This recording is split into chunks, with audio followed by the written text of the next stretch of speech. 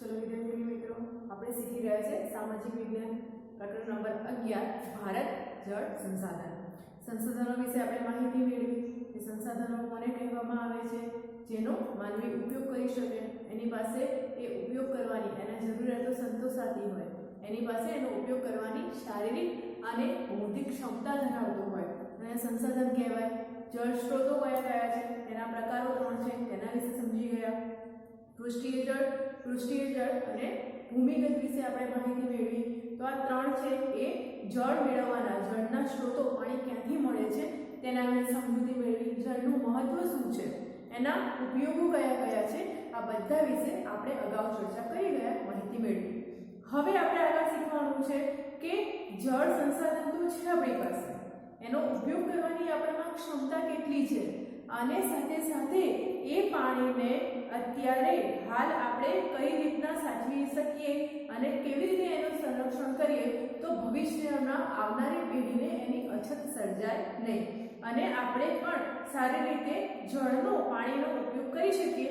કારણ કે સમગ્ર જીવન સૃષ્ટિનો આધાર છે એ પાણી ઉપર, જળ પર રહેલો છે. હવે સરકાર દ્વારા, કેન્દ્ર સરકાર અને રાજ્ય સરકાર દ્વારા કેટલીક યોજનાઓ છે એ હાથ ધરવામાં આવી છે કે કોઈ જગ્યાએ જ્યાંથી નદીઓનો સંગમ થતો હોય, કાં તો નદીઓનો પ્રવાહ વધારે હોય, ત્યાં બંધ અને ડેમ બાંધવામાં આવે છે. તો એ ડેમ બાંધીને પાણીનો જે સંગ્રહ છે એ મોટા ભાગનો સંગ્રહ કરવામાં આવે. તેનાથી ફાયદો શું થાય? તો એ ધારો કે કોઈ વહેતી નદી હોય અને તમે વચ્ચે એક ઈંટોની દિવાલ ચણી નાખો તો શું થાય? તે પાણી રોકાઈ જશે, રોકાતું ભરાશે અને એ પાણી એટલે એવી જ રીતે ડેમની વ્યવસ્થા હોય છે, પણ મોટા પાયે હોય છે કે મોટા પ્રવાહને, નદીઓના મોટા પ્રવાહને ડેમ દ્વારા પાણીનો સંગ્રહ કરી અને પછી ભવિષ્યમાં શું કરશે તો કે એ પાણી કેનાલ મારફત વહેવડાવશે, એનો નહેરો દ્વારા એનો વહેવડાવશે અને એનો સિંચાઈમાં ઉપયોગ કરી શકાશે, પાણીનો પીવામાં ઉપયોગ કરી શકાશે. સાથે સાથે જે વિસ્તારોમાં ઉનાળામાં જે સૂકી નદીઓ થઈ જાય છે એ સૂકી નદીઓમાં પ્રવાહ એ વહેવડાવવામાં આવશે. ટૂંકમાં એ પાણીનો સંગ્રહ કરીને અનેકવિધ ઉપયોગો કરી શકાય એવી યોજનાઓ હાથ ધરી છે અને એને કહેવાય બહુહેતુક યોજનાઓ. એટલે કે એક હેતુ નહીં પણ ઘણા બધા એના હેતુઓ છે અને એ હેતુઓ કયા કયા છે આપણે પહેલા એ ડેમની માહિતી મેળવીએ.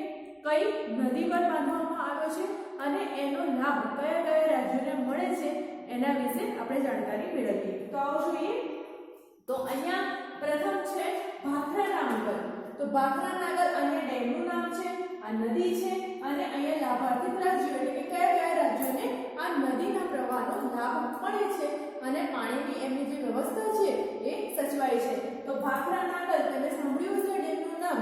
તો એ ડેમ છે એ સતલુજ નદીમાંથી મળે છે. એટલે કે સતલુજ નદી એનો પ્રવાહ રોકીને મતલબ એના ઉપર ભાખરા નાગર ડેમ છે બાંધવામાં આવ્યો છે. એ પાણીનો લાભ કોને મળે છે? તો પંજાબ, હરિયાણા અને રાજસ્થાન. જો એટલા માટે જ પંજાબમાં વધારે પ્રમાણમાં સિંચાઈની સગવડ 80% જેટલી છે અને એ આધારિત છે, એ માટે સૌથી વધારે સિંચાઈનો સગવડ મેળવીને એ ઘઉંનો પાક છે એ લઈ શકે છે. એટલે કે મોટા ભાગના જેમાં ખેતી થાય છે એ વિસ્તારો લગભગ સિંચાઈ ઉપર આધારિત છે. તમારે યાદ રાખવું તો અને કઈ રીતે યાદ રખાય? તો ભાખરા નાગર એટલે કે ભાખરી બનાવી. ભાખરી બનાવી ક્યાં બનાવી? તો કે સતલુજમાં. ભાખરા નાગર ભાખરી બનાવી સતલુજમાં. અને એ ભાખરી શેની થાય? તો ઘઉંની થાય. અને ઘઉં ક્યાંથી મળે? તો કે પંજાબ, હરિયાણા અને રાજસ્થાનમાંથી. તો આ યાદ રાખવાની ટ્રીક છે, તમે તમારી રીતે પણ યાદ રાખી શકો છો. આ જસ્ટ તમને એકનો એક વસ્તુ જ્યારે રિવિઝન કરો ત્યારે તમને કેટલીક આઈડિયા આવે, કેટલીક ટ્રીક યાદ આવે કે મારે એને યાદ કરી રાખવું. તો આવી રીતે આપણે યાદ રાખી શકાય છે કે ભાખરા નાગર ભાખરી બનાવી, ક્યાંથી બનાવી? સતલુજમાં. અને કયા રીતે ભાખરી શેમાંથી બને? તો ઘઉંમાંથી. અને ઘઉં ક્યાંથી મળે? તો પંજાબ, હરિયાણા અને રાજસ્થાનમાંથી. આગળ જોઈએ આપણે કોસી. તો કોસી ક્યાંથી? તો કે બિહાર. બિહારને એનો લાભ મળે છે. તો કોસી ડેમ છે, કોસી નદીનું પણ નામ છે અને એનો લાભાર્થી રાજ્ય કયું છે? તો બિહાર. અને એ યાદ રાખવા જેવું નથી, કોસી તો તમને બિહાર યાદ થઈ જવું જોઈએ. આગળ દામોદર ખીણ. દામોદર કુંડ કહીએ છીએ તમે, દામોદર કુંડ. તો દામોદર ખીણમાંથી દામોદર નદી છે એ વહે છે. એનો લાભ કોને મળે છે પાણીનો? તો ઝારખંડ અને પશ્ચિમ બંગાળ. હવે એવું નથી કે આને જ કેમ મળે છે આ રાજ્યોને, પણ જે રાજ્યોમાંથી એ નદી મતલબ કે પાસના રાજ્યો હોય તો ત્યાંથી પ્રવાહ વહેતો હોય તો એ લોકોને લાભ મળે. હવે ડાયરેક્ટ જમ્મુ કાશ્મીર હોય અને નીચે કેરલા હોય, હવે એવું કહો કે કેરલાનો જે નદીનો સિંચાઈનો ઉપયોગ છે એ નદીનો ઉપયોગ અહીંયા કેમ ના થાય, તો એ ના થઈ શકે, કારણ કે જ્યાંથી જે રસ્તામાં જે રાજ્ય હોય અને એ અડીને જે રાજ્ય પડોશનું આવતું હોય એને એ ડેમના પાણીનો લાભ છે એ મળી શકે છે. એવી જ રીતે આગળ જોઈએ, હીરાકુંડ એ મહાનદી છે એના પર બાંધવામાં આવ્યો છે અને એનો લાભ છે એ ઓડિશાને મળે છે, એકમાત્ર ઓડિશાને મળે છે.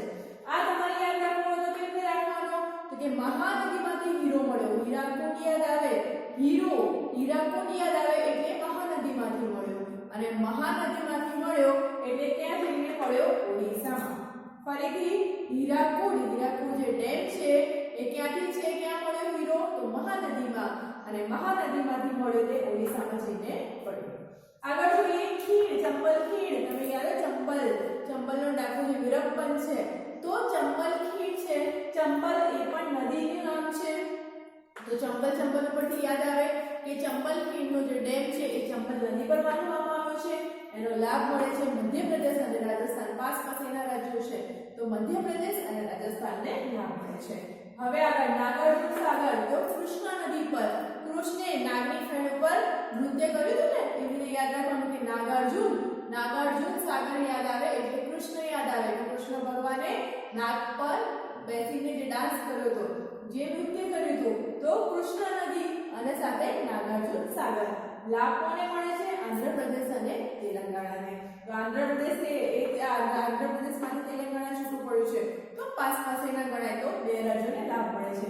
ફરીથી કૃષ્ણરાજ સાગર, તો કાવેરી નદી, કૃષ્ણે રાજ ક્યાં કર્યું, તો કાવેરી નદી ઉપર. લાભ કોને મળ્યો, કર્ણાટક અને તમિલનાડુને.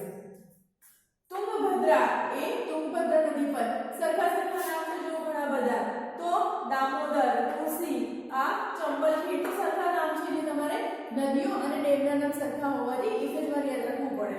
તો અહીંયા તુંગભદ્રા છે, તુંગભદ્રા નદી પર લાભ કોને મળે છે, કર્ણાટક અને આંધ્રપ્રદેશ. હવે વાત કરીએ આપણે ગુજરાતની, તો ગુજરાતમાં નર્મદા, જ્યારે કેવડિયા કોલોની હમણાં ઘણો પ્રચાર થયો, કેવડિયા કોલોનીમાં આપણે તો સરસ ટુરિઝમ પોઈન્ટ તરીકે વિકસાવવામાં આવ્યો છે, ડેવલપમેન્ટ થયું છે. તો સરદાર સરોવર ડેમ છે એ એનો લાભ નર્મદા નદી ઉપર બાંધવામાં આવ્યો છે. સરદાર સરોવર એટલે કે નર્મદા ખીણ, તો સરદાર સરોવર ડેમ છે એ નર્મદા નદી પર બાંધવામાં આવ્યો છે અને એનો લાભ મળે છે મધ્યપ્રદેશ, રાજસ્થાન, ગુજરાત અને મહારાષ્ટ્રને. તો આ પાસેના રાજ્યો છે, માટે આ લાભાર્થી રાજ્યો કહેવાય. તમને આ ડેમના નામ નદી સાથે 2 માર્કની પરીક્ષામાં પૂછાય છે, માટે તમારે એને ખાસ યાદ રાખવું. તો ગુજરાતની વાત કરીએ ફરીથી, નર્મદા ખીણ આવે, ત્યાં સરદાર સરોવર ડેમ છે નર્મદા નદી પર બાંધવામાં આવ્યો, એના લાભાર્થી એ પાણીનો લાભ કોને મળે છે, તો રાજસ્થાન છે, ગુજરાત, મહારાષ્ટ્ર અને મધ્યપ્રદેશ. આગળ જોઈએ કડાણા એટલે વણાકોરી, મહીસાગર નદી અને ગુજરાતને લાભ મળે છે. ઉકાઈ એટલે કાકરાપાર એ તાપી નદી પર અને ગુજરાતને લાભ મળે છે. અને સાથે ધરોઈ ડેમ એ સાબરમતી નદી પર બાંધવામાં આવ્યો છે અને તેનો લાભ મળે છે ગુજરાતને. તો આ ડેમ છે એની નદીઓના નામ અને એના લાભાર્થી રાજ્યો 2 માર્કમાં તમને પરીક્ષામાં પૂછાય છે, એટલે એની તૈયારી ખાસ કરવી. આપણે આગળ જોઈએ કે સિંચાઈ ક્ષેત્રનું વિતરણ આ શું છે, તો જ્યારે જે નદીઓ છે એ નદીઓ ઉપરથી આજુબાજુના રાજ્યો છે જ્યાં જ્યાંથી નહેર પસાર થાય છે એના આજુબાજુના રાજ્યોને એનો લાભ મળે છે. એટલે એવું નથી કે બધાને ધારો કે કોઈ માપ આપી દીધું હોય કે 40% એવું નથી હોતું. સરખા પ્રમાણમાં ક્યારેય નથી હોતું. જે રાજ્યો છે એના વિસ્તારો છે એ પ્રમાણ છે, ત્યાંથી એ પ્રમાણે અલગ પ્રમાણે એનો લાભ મળે છે. તો એ પ્રમાણે સિંચાઈ ક્ષેત્રનું વિસ્તરણ પણ અલગ હશે. જ્યારે આપણે અહીંયા સરદાર સરોવર ડેમની વાત કરી તો ત્યારે તમે જ્યારે ગયા હશો અથવા તો કોઈએ નહીં જોયું હોય તો એ સમયે જ્યારે તમને નીચે જ્યારે એક ટનલમાં જાઓ ત્યારે તમને સમજૂતી આપવામાં આવે છે કે મધ્યપ્રદેશમાંથી વહેતી નદી છે, માટે સૌથી વધારે લાભ મધ્યપ્રદેશને મળે છે, કારણ કે ત્યાંથી જ વહે છે એટલે મધ્યપ્રદેશને સૌથી વધારે લાભ લાભ મળે છે. રાજસ્થાન પછી આવે છે અને સૌથી ઓછો લાભ ગુજરાતને મળે છે, કારણ કે જેવી રીતે નદીઓનું પ્રમાણ વધે અને જ્યાંથી જે પ્રમાણમાં વહેતી હોય એ પ્રમાણમાં એને સિંચાઈનો લાભ મળે. આગળ જોઈએ, સ્વતંત્રતા પછી ભારતમાં કુલ સિંચાઈ ક્ષેત્ર છે એ લગભગ 4 ગણું વધી ગયું છે. પહેલાના સમયમાં ના નહેરો હતી, ના ડેમ હતા, ના કેનાલો હતી. એ પ્રમાણે ત્યારે ફક્ત વરસાદ ઉપર આધારિત ખેતી હતી. લોકો પીવાના પાણી માટે પણ મોટા મોટા તળાવો છે, કુવાઓ છે એ ખોદાવીને પાણીનો સંગ્રહ કરતા હતા. હવે શું થયું છે, ટેકનોલોજી વિકસી છે, સાથે સાથે આવી યોજનાઓ બહાર પડી અને તેના લીધે ડેમો બંધાયા મોટા મોટા, સાથે સાથે નહેરો છે, કેનાલો છે એ બંધો બાંધીને ઘણું ખરું પાણી છે એનો સંગ્રહ થવા માંડ્યો. અને સાથે સાથે શું થયું, તો એનાથી સિંચાઈ ઉપર આધારિત તમે ઘણા એવા રાજ્યો હશે, ઘણા વિસ્તારો હશે તેમાં જોશો તો 12 માસ પાક લઈ શકાય છે. શા માટે? કારણ કે પાણી છે એનો પ્રવાહ છે એ સિંચાઈ મારફતે સતત મળતો રહે છે. તો સિંચાઈનું પ્રમાણ પણ વધતા જતા વિકાસની સાથે 4 ગણું વધ્યું છે. હવે સ્પષ્ટ વાવેતર ક્ષેત્રના આધારે કહીએ તો 38% ભાગમાં જ્યાં જ્યાં સ્પષ્ટ વાવેતર એટલે કે ખરેખર ખેતી થાય છે એવા વિસ્તારો છે એમાં 38% ભાગ છે એમાં તો ફક્ત સિંચાઈ આધારિત ખેતી છે. એટલે કે વરસાદના આધારે નથી, પણ આવી રીતે નદીઓ વહેણાવીને જે સિંચાઈ થાય છે એ સિંચાઈ આધારિત ખેતી કરવામાં આવે છે. મિઝોરમમાં 7.3 વિસ્તારમાં સિંચાઈ ક્ષેત્ર છે, જ્યારે પંજાબમાં 90.8% વિસ્તારમાં સિંચાઈ ક્ષેત્ર છે. હવે તમને આવું કેમ? તો મિઝોરમ જેવો જે વિસ્તાર છે ત્યાં સતત વરસાદ રહે છે, એટલે કે વરસાદ પડે છે માટે શું થાય છે કે જેવો વરસાદ ભૂમિ પર પડે અને ભૂમિગત વિસ્તાર છે ત્યાં પાણીનું પ્રમાણ પણ સારું એવું રહેવાનું છે, એટલે ત્યાં સિંચાઈની એટલી બધી જરૂર પડશે નહીં. વરસાદ પડતો જશે અને આપોઆપ જ શું થશે કે પાકનું વાવેતર છે એને પાણી મળી રહેશે. માટે અહીંયા સિંચાઈ ક્ષેત્રનું પ્રમાણ ઊંચું છે. આ પણ તમને પરીક્ષામાં ખાસ પૂછાઈ શકે છે. ધ્યાન આપવા જેવી વસ્તુ છે, કાં તો MCQમાં પૂછાય કાં તો એક વાક્યના જવાબમાં કે મિઝોરમમાં 7.3% વિસ્તારમાં સિંચાઈ ક્ષેત્ર છે અને પંજાબમાં એટલો વરસાદ પડતો નથી, મોટાભાગનો વિસ્તાર છે એ સિંચાઈ પર આધારિત છે. એટલે 90.8% વિસ્તાર છે જ્યાં ખેતી થાય છે ત્યાં સિંચાઈ પદ્ધતિથી થાય છે. આગળ આપણે વાત કરીએ જળ સંકટ. હવે જળ સંકટનો મુદ્દો એવો છે કે ત્યાં આપણે પોઈન્ટ ટુ પોઈન્ટ કે એવું લખવાની જરૂર નથી, તમે તમારી મૌલિકતાથી લખી શકો છો. તમને બધાને ખબર છે કે જળ છે ત્યાં જીવન છે, એટલે કે આપણા મોટા ભાગની જે જીવ સૃષ્ટિ છે એ જળ ઉપર આધારિત છે. હવે શું કરીએ છીએ આપણે, આસાનીથી પાણી મળે છે એટલે ગમે ત્યાં એને વેડફીએ છીએ. ઘણી જગ્યાએ હશે ત્યાં એમને નળ ચાલુ હશે, આપણું ક્યાં છે કે જાય છે, પણ એને આપણે આપણી નૈતિક ફરજ માનતા નથી અને ઘણી બધી જગ્યાએ છે કે પાણીનો દુર્વ્યવહાર થાય છે.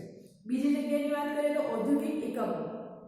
તમે જોશો કે ઘણી બધી જગ્યાએ જે ઔદ્યોગિક એકમો હોય ત્યાં એ ઉદ્યોગોનું રાસાયણિક કેમિકલ વાળું દૂષિત પાણી હોય છે, એ દૂષિત પાણી છે એ નદીઓમાં વહેવડાવવામાં આવે છે. સાથે સાથે એ ભૂમિમાં પણ જો સંગ્રહાય એ પાણી જમીન પણ એને શોષી લે તો પણ એ પાણી પીવાલાયક હોતું નથી, એ પેયજળ હોતું નથી. પેયજળ એટલે કે પીવાલાયક પાણી, તો મનુષ્યને પીવાલાયક પાણી છે એ મળી રહેતું નથી. શું થાય છે, જો આવું પાણી આપણે પી પણ જઈએ તો પણ ઘણા સારા એવા રોગો આપણા શરીરમાં ઘર કરી જાય છે, રોગો થાય. હવે શું થાય છે કે ધીમે ધીમે જળ સંકટ છે આપણી પર વધી રહ્યું છે. સંસાધનો છે આપણી પાસે, પણ જો દુષ્કાળ પડે એવી પરિસ્થિતિ થાય તો જળ સંકટની સમસ્યા છે એ વધારે પ્રમાણમાં ઘેરી બને. પરિણામ શું આવે કે પાણી હવે બધા ટપોટપ મરવા લાગે અને એટલા માટે આપણે આ જળ સંકટને ટાળવા માટે શું કરવું પડે કે જળનું સંરક્ષણ કરવું પડે, પાણીને મર્યાદિત ઉપયોગ કરવો પડે અને એને સાચવવું પડે. ટૂંકમાં એને વેડફવું જોઈએ નહીં, એ તમને બધાને ખબર છે અને તમે જાણો છો. એટલે આ જળ સંકટને અટકાવવા માટે પહેલું તો ઔદ્યોગિક એકમો છે એ એકમો પર જે આ રાસાયણિક કેમિકલ વાળું ગંદુ પાણી છે કે જે પીવાલાયક પાણીને પણ દૂષિત કરે છે અને એનાથી રોગો થાય છે, એ પાણીને અટકાવવું જોઈએ, નદીઓને દૂષિત થતી રોકવી જોઈએ. સાથે સાથે જે જગ્યાએ પાણી મળે છે, ઉપલબ્ધ છે, ત્યાં પાણીનો વ્યય છે, પાણીનો બગાડ છે એ થતો અટકાવવો પડે. આજના સમયમાં પણ જોઈએ તો 50% જેટલા ગામો એવા છે કે જ્યાં પીવાના પાણીની યોગ્ય વ્યવસ્થા નથી અને સરકાર એના માટે કાર્યરત છે. 50% લોકોને તમે ઘણીવાર જોશો ન્યૂઝમાં કે દૂર દૂર સુધી લોકો માથે બેડા ઉંચકીને દૂરથી પીવાલાયક પાણી ભરી લાવે છે. તો બીજી વસ્તુઓ તો એમને બાજુમાં રહી કે પીવાના પાણીની પણ એમને યોગ્ય સગવડ મળી રહેતી નથી. તો આવી જગ્યાએ જે ખરેખર પાણીની અછત છે એમને માટે અને એ વિસ્તારને અનુલક્ષીને આપણે જ્યાં પાણી સરળતાથી મળે છે ત્યાં એનો બગાડ થતો અટકાવવો જોઈએ. શહેરોમાં પણ વાત કરીએ તો શહેરોમાં પણ 8% વિસ્તારો શહેરના નગરો એવા છે કે જે વ્યવસ્થિત પાણી પીવાલાયક પાણીની સગવડતાઓ નથી. આગળ જોઈએ આપણે જળ સંસાધનોની જાળવણી. હવે આ જળ સંકટ ઊભું થયું છે તો જળ સંસાધનો એટલે નદી છે, ઝરણા છે, નદીઓ, કુવા, ડેમો, નહેરો, ટ્યુબવેલ આ બધા છે સંસાધનો કે જેમાંથી આપણે પાણી મેળવી શકીએ છીએ. તેની જાળવણી કેવી રીતે કરવી? તો એ વિવેકપૂર્વક જાળવણી કરવી જોઈએ. કારણ કે જીવસૃષ્ટિ સાથે જીવને જો પાણી નહીં મળે તો શું થશે? બધા મરી જશે. પૃથ્વી પર કોઈ જીવનું અસ્તિત્વ રહેશે નહીં. એટલે જળ સંસાધનની જાળવણી કરવી જરૂરી છે. એને જળ સંરક્ષણ તરીકે ઓળખવામાં આવે છે. આપણી સારી એવી ભાષામાં, આપણી રફ એન્ડ ટફ ભાષામાં કહીએ તો જળ સંરક્ષણ એટલે શું? તો કે પાણીને સાચવવું. કુવામાંથી પાણી મળે છે તો એને ખેંચીને એનો બગાડ કરવો નહીં. નળમાંથી પાણી આપણને મળે છે તો એ નળને વહી જતો એમાંથી પાણી વહી જતું અટકાવવું. તો આ જળ સંરક્ષણની બાબતો થઈ કે જળને સાચવવાની પદ્ધતિ. વધુમાં વધુ જળાશયોનું નિર્માણ કરવું જોઈએ. જ્યાં જ્યાં ભૂગર્ભમાંથી પાણી જેમ આપણે ખોદીએ છીએ, ખોદકામ કરીએ છીએ એમ પાણી નીકળે છે એટલે કે જળાશયોનું નિર્માણ કરવું જોઈએ કે જેથી વરસાદ પડે તો પણ એમાં પાણી છે એ સંગ્રહાય. સાથે સાથે નદીઓનું જોડાણ અને ભૂમિગત સપાટી ઊંચી લાવવાની આપણે યોજનાઓ ઘણી નાખવી જોઈએ કે સાથે સાથે જે વહી જતી નદીઓ છે એને એકબીજાથી સાંકળી લઈને એને વહેતી કરવી જોઈએ કે જેથી એનું પાણી સુકાય નહીં અને પાણીનો સંગ્રહ છે એનું પણ વધે. આગળ જોઈએ તો જળ પ્લાવિત ક્ષેત્રનો વિકાસ એટલે શું? એટલે જળ પ્લાવિત ક્ષેત્ર એને શું કહેવાય? તો એક પ્રાકૃતિક એકમ છે જે માણસે બનાવ્યો છે. હવે આપણે વાત આગળ કરીએ. એક ટોપિક હું તમને કહું તો કે મધ્યપ્રદેશમાંથી જે નર્મદા નદી વહે છે તો એ નર્મદા નદી વહે તો ત્યાં એક પ્રશ્ન ઊભો થયો હતો કે આગળ ગુજરાતને છે પાણી આપવું નહીં. હવે આવા વિવાદો ઊભા થાય ત્યારે જ્યારે જળ સંકટ આવી પડે ત્યારે તો ખાસ સંધિઓ દ્વારા એ વિસ્તારને છે એ પાણી છે એ બીજા વિસ્તારને આપવું જ પડે છે. એવી રીતે આપણે કહીએ કે ભારતમાંથી આપણે સિંધુ નદી છે તો એ સિંધુ નદીનું પાણી વહીને પાકિસ્તાનમાં જાય છે તો ત્યાં પણ એક જળ વિવાદ ઊભો થયો હતો કે એ પાણીને અટકાવવું પણ જે સંધિ કરારો થયા હોય છે એ જળ સંધિ કરારો એના લીધે આપણે એ પાણીના પ્રવાહને રોકી શકીએ નહીં. એટલે આપણે પૂરતી પાણીની વ્યવસ્થા કરવી પડે કે જેથી આપણને પાણી છે એ મળી રહે. હવે આ જળ પ્લાવિત ક્ષેત્રના વિકાસની વાત કરીએ તો પ્રાકૃતિક એકમ છે જે માણસે વિકસાવેલું છે. એટલે શું? તો કે 12 માસ વહેતી નદી હોય જેમ આપણે વાત કરી હતી અગાઉના કોઈ લેક્ચરમાં કે ઉપર ઉત્તર પ્રદેશ જે ઉત્તર વિભાગ હતો તો ઉત્તર જે દિશા હતી એમાંથી હિમાલય હતો અને હિમાલયમાંથી 12 માસ વહેતી નદી હતી ગંગા અને બ્રહ્મપુત્રા. તો આવી 12 માસ વહેતી નદીઓ હોય એને સૂકી નદી તરફ વાળવી. એનાથી શું થશે? તો કે આ નદીઓ તો વહેતી જવાની છે, ચોમાસામાં તો વધારે રહેશે અને સાથે સાથે 12 માસ એટલે દરેક સિઝનમાં એ વહેતી રહેશે. અને જ્યારે ઉનાળામાં સૂકી નદીઓ હોય ઉનાળામાં સુકાઈ જાય તો આ 12 માસ વહેતી નદીઓનું વહેણ છે તો એ તરફ વાળીએ તો સૂકી નદી પણ વહેતી થાય. એટલે એનું પાણી એ શાખાઓ દ્વારા વહેશે અને એ વહેશે એટલે એ વિસ્તાર પણ એટલે કે ભૂમિગત સપાટીમાં પણ પાણી સારું એવું સંગ્રહ કરી શકાશે. તો એને કહેવાય જળ પ્લાવિત ક્ષેત્રનો વિકાસ. એટલે કે 12 માસ વહેતી નદીઓ સાથે સૂકી નદીનું જોડાણ કરવું. વરસાદને કારણે આ જે શાખા નદી છે એટલે કે 12 માસ વહેતી નદી સૂકી નદીમાં જોડાય છે એટલે આ પાણી વહીને શું જાય છે? આગળ જાય છે અને કોઈને કોઈ નદીને મળી જાય છે. એટલે આનો શું થાય કે કોઈ પણ નદી હોય તો એ ક્યાં સાગરને જઈને મળે તો એ સમુદ્રમાં ભળી જાય. એનાથી શું થશે કે આ 12 માસ વહેતી નદીને સૂકી નદીથી જોડીશું તો એના કારણે છે એ સૂકી નદીઓ પણ વહેતી છે એ થઈ જશે. અને આની સાથે શું થશે તો કે જમીનમાં ભેજનું સંરક્ષણ થશે, પાણી પણ સંગ્રહ કરી શકાશે. સાથે સાથે વૃક્ષારોપણ છે, વૃક્ષારોપણ કરીને એ પાણીને વહી જતું આપણે અટકાવી શકીશું. વનીકરણ કરવું, ગોચર જમીનનો વિકાસ એટલે કે ઘાસ જમીનના વહેણથી આજુબાજુના વિસ્તારો પણ હરિયાળી છવાઈ જાય એટલે કે ઘાસ છે એ ઉગી નીકળે એટલે ગોચરનો વિકાસ કરવો આ કાર્યક્રમોને પણ આવરી લેવામાં આવે છે. હવે આનો જળવાયુ ક્ષેત્રનો વિકાસ કરવાથી શું થશે તો કે સૂકી નદીઓ છે એ સરસ ભરી થઈ જશે પાણીથી. આ બારેમાસ નદીઓ છે એમનું પાણી સૂકી નદીમાં વહેવડાવશે અને આ શાખા વિસ્તારો દ્વારા વધશે એટલે આજુબાજુમાં વનીકરણનો વિકાસ કરી શકાશે, ગોચર જમીનનો વિકાસ કરી શકાશે અને સાથે સાથે વૃક્ષારોપણ પણ કરી શકાશે.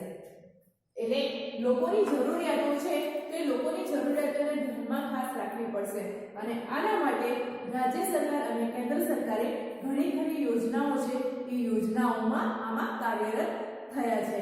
તો આપણો ટોપિક હતો જળના અને જળ સંસાધન એનું સંરક્ષણ કરવું એ કઈ રીતે અને એનો વિકાસ કરીને બારેમાસ જે વહેતી નદીઓ છે એ નદીઓને સૂકી નદીઓ તરફ કેવી રીતે વાળવી.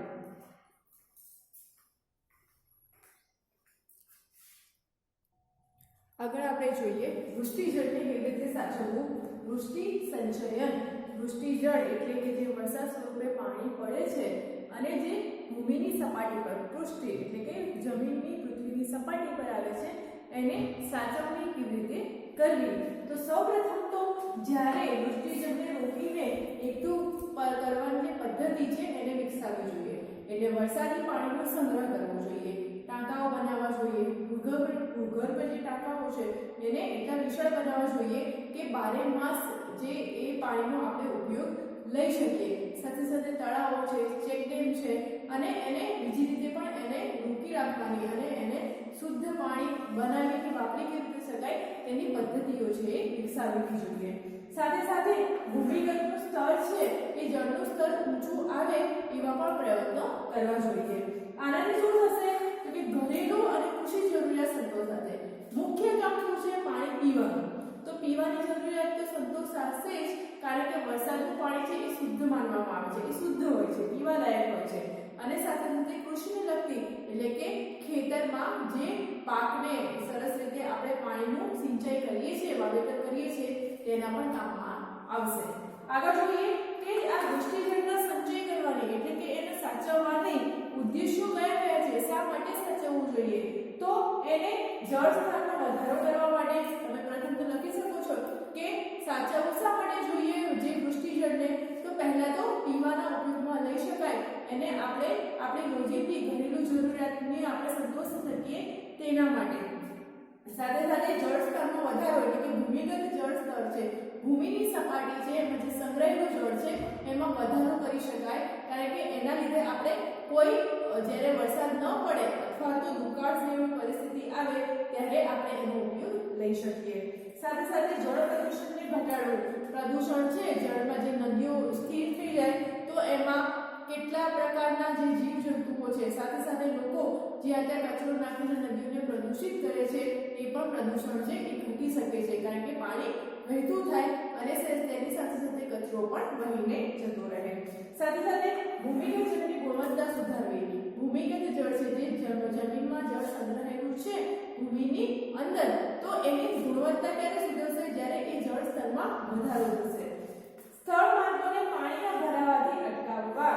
જ્યારે તમે વરસાદ જ્યારે પડે વરસાદની ચોમાસાની ઋતુમાં તો જ્યાં ત્યાં રસ્તાઓ પર ઠેર ઠેર પાણી ભરાઈ ગયા હશે, ખાડા ખાબોચિયા અને એમાં ગંદકી અને મચ્છરોનો ઉપદ્રવ પણ હશે. તો આવું ન થાય એટલા માટે એવી વ્યવસ્થા કરવી કે આ મોટા ભાગનું પાણી છે એ ભૂમિગત જળમાં એટલે કે ભૂમિગત પાણીની અંદર જે પાણી છે એ ભૂમિની અંદર એટલે કે પૃથ્વીની સપાટીની નીચે છે એ શોષાઈ જાય અને એ પાણીનો સંગ્રહ થાય. સપાટી પરથી વહી જતા પાણીનો જથ્થો ઓછો કરવો. પાણી જે સપાટી પરથી વહી જાય છે સાથે સાથે માટીના કણો છે અને બીજી જમીનનું ધોવાણ પણ કરે છે એ ધોવાણ ન થાય એટલે પાણી સંગ્રહની વ્યવસ્થા કરવી.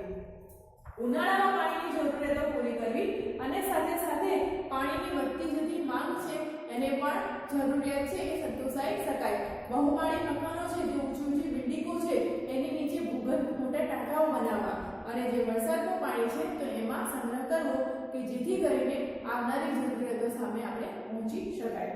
હવે અહીંયા જે મેં વચ્ચેનો ટોપિક લખ્યો છે એ તમારી ટેક્સ્ટબુકમાં તમે જો બ્લુ કલરના આખા બોક્સ બનાવીને લખ્યો છે એ આ એક ઉત્તમ ઉદાહરણ છે કે સ્લોગન એક આપી દીધું છે કે ગામનું પાણી ગામમાં અને સીમનું પાણી સીમમાં. આ સરસ મજાનું વાક્ય છે કે ગામનું પાણી ગામમાં સચવાયેલું રહે અને સીમનું પાણી સીમમાં. ટોટલ ઉદ્દેશ્ય શું કે એ પાણી છે એ પાણીને વેડફવું નહીં અને એનો સંગ્રહ કરવો કે આવનારી જરૂરિયાતમાં આ બધા લાભો થાય. અને એનું એક ઉત્કૃષ્ટ ઉદાહરણ છે અરવલ્લી જિલ્લો છે એ અરવલ્લી જિલ્લામાં આવેલું બીડજ ગામ. હવે આ ગામમાં એવી શું નવીનતા છે, શું કર્યું તો લોકો જે સામાજિક સંસ્થાઓ છે એના દ્વારા લોકજાગૃતિ ફેલાવવામાં આવી અને સાથે સાથે ગામના લોકોએ એક સંઘ મળીને એક સાથે એક જૂથ થઈને વરસાદી પાણીનો સંગ્રહ કરવાનું શરૂ કર્યું. એમણે ચેક ડેમો બનાવ્યા અને સાથે સાથે 2.25 લીટર એટલે કે આશરે 25 ઘન મીટર જેટલું પાણી છે એ પાણીને વરસાદી પાણીનો સંગ્રહ કર્યો. કેવી રીતે કર્યો તો એમણે શું કર્યું તો કે ખેડ કરી, તળાવો કર્યા, ચેક ડેમો બંધાવ્યા અને સાથે સાથે એમણે 20 થી 22 ફૂટ ઊંડા તળાવો કરીને આ બધા વરસાદ જ્યારે ચોમાસાની ઋતુમાં વરસાદ પડ્યો આ તળાવો છે, ચેક ડેમ છે, ખેડ છે, પાળા બાંધ્યા છે, આ બધામાં એ પાણી સંગ્રહાયું. આનું પરિણામ શું આવ્યું તો 154 વીઘા જમીન છે એ જમીનને ગામની 154 વીઘા જમીનમાં એ જમીનને પાણીની સુવિધાઓ છે એ ઉનાળાની ઋતુમાં પણ સરળતાથી મળી રહે. એમની પાસે જળ છે, પાણી છે, એનો જથ્થો એટલો પૂરતો છે કે એ લોકોને ક્યાંય દૂર દૂર સુધી પાણીના વલખા ભરવા જવું પડતું નથી.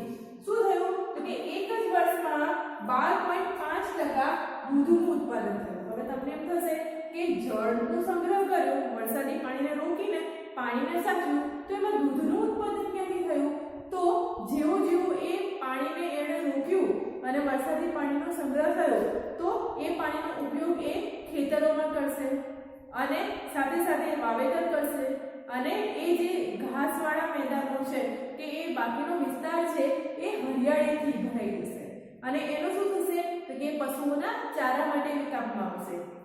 ભોજનની જમીનનો વિકાસ થશે, ત્યાં ઘાસ છે કે બીજી એવા સરસ વાવેતર છે એ ખીલી ઉઠશે અને તેની સાથે સાથે પશુઓને એમના ખોરાકનું ઘાસ છે એ પણ સારું મળી રહેશે અને એના કારણે છે એ દૂધનું ઉત્પાદન પણ વધશે. તો આના લીધે ફાયદો એમને આમાં થયો કે દૂધનું ઉત્પાદન વધ્યું, સાથે સાથે 20 થી 30% કુવાઓમાં પાણીનું સ્તર છે એ ઊંચું થયું અને એની પાસેના જ બાજુના જે મેઘરજ ગામ છે એ મેઘરજ ગામમાં પાણીની હાલ પણ તંગી અછત વર્તાય છે. લોકોને દૂર જવું પડે છે અને એની બાજુમાં જ આ ગામમાં આટલા પ્લાનિંગથી આયોજનબદ્ધ કામ કરી અને વરસાદી પાણીને સંગ્રહ્યું અને એમને સારો એવો એનો લાભ છે એ મળી રહ્યો. ગામનો વિકાસ થયો. ગામની 136 વીઘા જમીન છે એમાં ઉનાળામાં પણ સારો એવો પાક લઈને એ લોકોએ હરિયાળી ક્રાંતિ લાવી દીધી. એટલે આટલા ફાયદા થાય જો તમે જળનો સંચય કરો અને પાણીને સંગ્રહો તો. આપણો છેલ્લો ટોપિક જોઈએ કે જળ વ્યવસ્થાપન માટે ધ્યાનમાં રાખવાના મુદ્દા. જળની વ્યવસ્થા કેવી રીતે કરવી, જળ વ્યવસ્થાપન એટલે કે જળને સાચવવું કઈ રીતે, એને સંગ્રહવું કઈ રીતે. તો પ્રથમ ટોપિક એ છે કે એને કરકસરભર્યો ઉપયોગ કરવો. એ પીવામાં હોય, ખાવામાં હોય કે તમારી રોજિંદી જરૂરિયાતોમાં હોય કે પછી અન્ય કોઈ જરૂરિયાતોમાં હોય તો પાણીનો સૌપ્રથમ તો કરકસરપૂર્વક ઉપયોગ કરવો પડશે. લોકોમાં જાગૃતિ ફેલાવવી પડશે. એમને લોકોને જાગૃત કરવા પડશે કે હવે જળ સંકટ તો ઊભું જ છે. એવું નથી કે પાણી મળતું જ રહેશે ને મળશે ના. ક્યારેક એવું થશે કે પાણી અત્યારે હાલ પણ બોટલોમાં વેચાઈ રહ્યું છે. શા માટે? કારણ કે પાણીની અછત વર્તાઈ રહી છે. એટલે લોકોમાં જાગૃતિ ફેલાવવી પડશે કે જળનો, પાણીનો મર્યાદિત ઉપયોગ કરો અને વ્યવસ્થિત રીતે એને વેડફો નહીં. સાથે લોકોના જે ઉપયોગમાં લેવાય છે એ પાણીનો પુનઃ ઉપયોગ કેવી રીતે લઈ શકાય. એકવાર કારખાનામાં પ્રોસેસમાં પાણી વપરાયું અને પછી એ પાણીને શુદ્ધ કરીને ફરીથી એનો ઉપયોગમાં કેવી રીતે લઈ શકાય તેની ટેકનિકો, એની પદ્ધતિઓ છે એ વિકસાવવી પડશે. ભૂમિગત જળનો ઉપયોગ કરતા જે એકમો છે એના પર દેખરેખ રાખવી પડશે કે પછી એક ટ્યુબવેલો ચાલતી હોય કે બીજા પાણી જે જમીન છે એનો પાણીનો જથ્થો લેતા એકમો હોય તો એની ઉપર નજર રાખવી પડશે કે એ પાણીનો વ્યય છે એ કરે નહીં, પાણીનો બગાડ કરે નહીં. જળ પ્રદૂષણ અટકાવવું અને સાથે સાથે પાણીની જે પાઇપો છે એનું સમારકામ પણ કરાવવું. પાણીનો જે જળ પ્રદૂષણ છે એ જળ પ્રદૂષણ અટકાવવાથી પણ પીવાલાયક પાણી છે એ ઘણું સારા અંશે મળશે. તો આજે એના લીધે રોગચાળો ઊભો થાય છે કે જે રોગો થાય છે એ થશે નહીં. એટલા માટે જળ પ્રદૂષણ અટકાવવું પડશે. નદીઓને ગંદી થતા રોકવી પડશે. એના પર કચરો ઠાલવવા પર નિયંત્રણ પ્રતિબંધ મૂકવો પડશે. પાણીની પાઇપો છે એ પાઇપોનું સમારકામ કરવાથી પાણી જે તૂટી ગયેલી પાઇપો હશે એ જ્યાં ત્યાંનું પાણી છે એ વેડફાશે નહીં.